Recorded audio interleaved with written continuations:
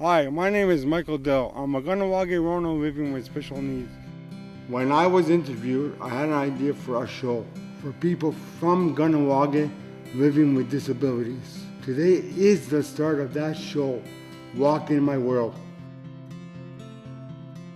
Often, people with disabilities lead sheltered lives, and their interactions are limited to caregivers and family members.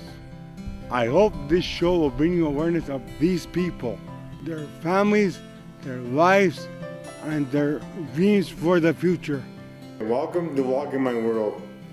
Today we are going to talk about the difficulties getting older and everything that the elderly face. We will be talking to Tracy Johnson, the home care manager at the Turtle Bay Elders Lodge. We will also be talking to some elders and other people working at the lodge. So thank you very much for doing this interview. You're welcome. What kind of services do you provide? So I'm a home care nurse. I'm the home care nurse manager for Cattery Memorial Hospital. And in '99, we amalgamated with KSCS's Adult Care Services, and we now make up home and community care. So there's home care nursing as well as a lot of different support services at the Turtle Bay Elders Lodge, where our offices are located. So we adult care services and home care nursing. Like I said, we make up home and community care, and we have nursing services, we have adult caseworkers, we have many different services available for the elderly.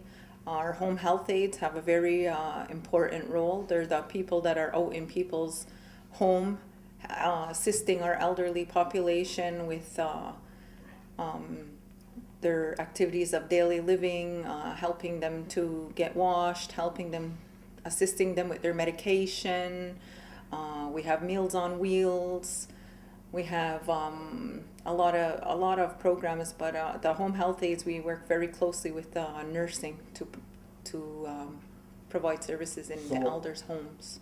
So home and community care is providing services to the elderly and their family members. Oh yeah, they're excellent. They know their patients very well. And yes, they would come forward to their nurse and tell them, oh, I noticed that so-and-so, they're not their self, they're not feeling well. And the patient would tell them too, sometimes, could you tell my nurse? So they would come back to the lodge and they would tell us. Yeah. So they're our first line of people that are in the home that could identify the problems.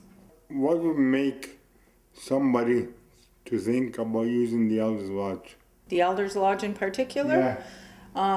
Well, a lot of people, as their children leave, or sometimes their children are very busy working or taking care of their own families, and some people, it's not the best environment for them to be at home alone. They may be lonely.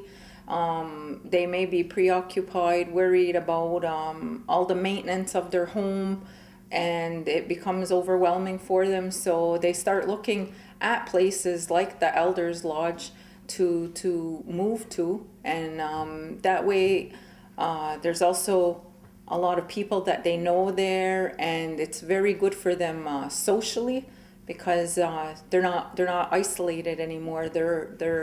They dine with their friends, they have people to eat with, they have activities. They really don't have too many worries once they choose to live in a residential setting like that. First of all, I have to tell you that the Elders Lodge is a wonderful place to retire in, because they make everything so pleasant for us here, and we can grow old as gracefully as we can here. We run a day program 5 days a week, and yeah, most of the people that get here to be in the day program decide that they want to live here, so they'll put their name in, and of course we have a lengthy list. We have people from the age of about, I would say they're mid-60s to going pushing 70 and above. There's always the women around here, they help you, if you want anything, they do it for you. Yeah. they come here, most people it's because of isolation. You know, some people just, it's mostly isolation. They need to get out of their house for different reasons, you know, and they get everything here. We do activities, we run a full exercise program 3 days a week. They basically get everything they need while they're here. For people that choose to live in their homes, what kind of services are most often needed? When somebody lets us know that they need services, we assess that specific patient, their environment, their situation. It's very specific to that person. We assess their level of autonomy, which is their independence. And based on that assessment, and that assessment is from the client's perspective, and they tell us what do they want. Because maybe we may feel as service providers, oh, they need this, but they don't want it because they're still able to do these things themselves, and that makes them feel independent. So based on the assessment, they tell us what they want. If it's a person, you know, once we're on an age, we may have some health issues. Oh, I would like to see a nurse only once a month, you know, but once we get in there as nurses, we may see that their health problem is a little more serious than we thought, and then we'll say, you know what, maybe we could see you once a week or every 2 weeks. Because we always, as nurses, we try to take a preventative approach. So we try and troubleshoot. So we don't just treat people when they're in a crisis. We do encounter situations like that where the family asks and the client doesn't necessarily feel that they need the services. So sometimes we identify that maybe the caregiver's tired and maybe they need a rest. So sometimes we work with the client and the caregivers to make a plan that works for both of them. We often encourage our elders to attend a day program. Instead of being home all day, they could be out in a program, going on trips, doing activities, socializing with their peers. So there is times when it's the caregivers that do come forward. But we always address the whole situation, but like I said, on an individual basis. We accept referrals from all different sources. Sometimes the clients referred from a hospital, sometimes by their doctor, sometimes by their friends, sometimes. So we always take all referrals, but we always check with the client. What do they want? It's, you know, we don't impose services on anybody. Yeah. You mentioned the caregivers. How else does aging affect family members? When you're aging, or probably at any stage in your life, the most important people in our lives are our family. And as we get old, the elders that really are able to do well and live long into old age and be independent, they do have the support of their family.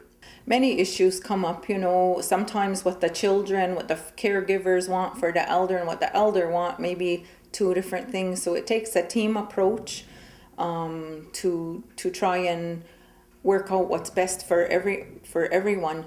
And like I had mentioned, with a day program, if it benefits both the client because it's good for them to be in a productive social setting, but it also gives the family a rest. So during the day, if the elder is at day center for 5 hours, that gives the caregiver 5 hours to take care of their errands, maybe just to rest, maybe to go exercise, to do stuff that they may need to do. And we all know that when somebody is not well, or it affects everybody in the family, and everybody has a different way to cope with that. Are there other ways to get respite care? We do have a respite program at Cattery Hospital, and people can be put on the list by a variety of methods also, but usually it's in conjunction with their doctor and the family is on board. And respite care would mean staying in residential respite care would mean staying in the hospital for a period of a week. So sometimes the family may take a trip, or they may just, rest at home, do their own thing, and the client gets to stay at the hospital for a week. If caregivers go away for the weekend, someone can go into the home to care for the elderly? It's happened in the past that arrangements have been made where somebody has stayed, a worker has stayed in a home with an elderly person for a period of time. But it's like I said, it's very it's very patient specific, and it's dependent on the amount of workers that would be available. I wanted to add too that in our extended care portion of the Elders Lodge, we have people that come for respite care at the Elders Lodge. So they don't just have to be at the hospital. There is respite care at the Elders Lodge too, for our more independent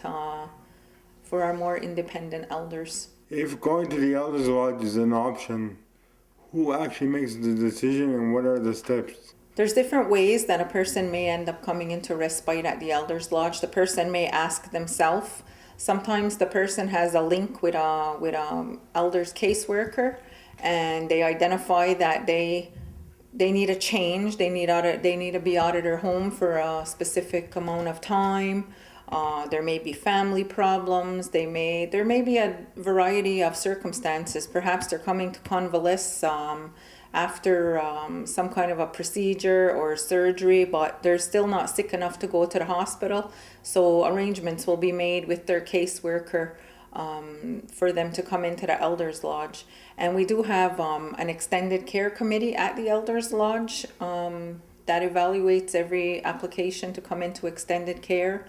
That would be, the team would be myself, Mike Horn, who's the program manager of Home and Community Care, Dale Beauchamp, a social worker from Catherine Memorial Hospital, Cecilia Phillips, who's one of the caseworkers, the elders caseworkers at the Elders Lodge. There's also Mr. Carmichael Shahal, who is the home care coordinator, so he sits on our committee too.